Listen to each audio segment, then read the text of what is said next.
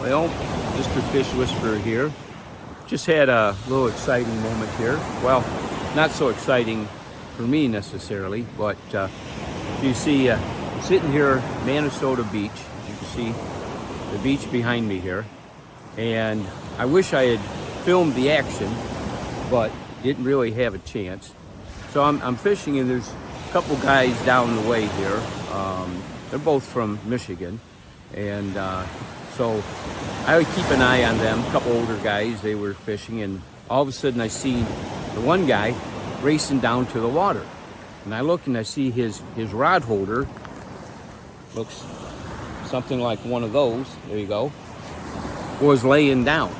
Well, it tells me right away what happened was he had a big fish on, it pulled his rod holder right out of the ground and probably pulled his pole into the water. Well, sure enough, he's walking out into the water. And so I go, oh my God. I says, this guy is, he's already neck deep in the water, but he comes back with no pole. So I had quickly pulled my line in, and I took my heaviest pole, which is this bad boy right there, okay? That's got a 7-foot rod on it and a 35-pound test, braided line, and then it's got 3 hooks and that big sinker that you can see there, okay, and 3 hooks. So I walked up to him and I said, guy, did you lose your pole? He says, yeah, big fish hit, pulled my pole holder right out of the ground and took the pole right out into the ocean. And I said, well, this has happened to me before, but let me try. Let me see if I can throw this pole out as far as I can, and maybe I can hook the line or hook the pole or something. He says, all right, if you want to try it. So I get up to the beach and I give it out, threw it out as far as I could. So it went out there and I reeled it back real slow. No such luck. Then I asked the guy, so what direction did he go off into this fish? He says, well, I think a little bit to the left there. I said, all right, let me try another throw. So I got up to the edge of the beach and I threw it as far as I could. I don't know how far, but it was out there. Reel back real slow. And all of a sudden, I feel some extra tension because I'm just dragging the lead weight, that bad boy right there, on the bottom of the sand, hoping to catch the line.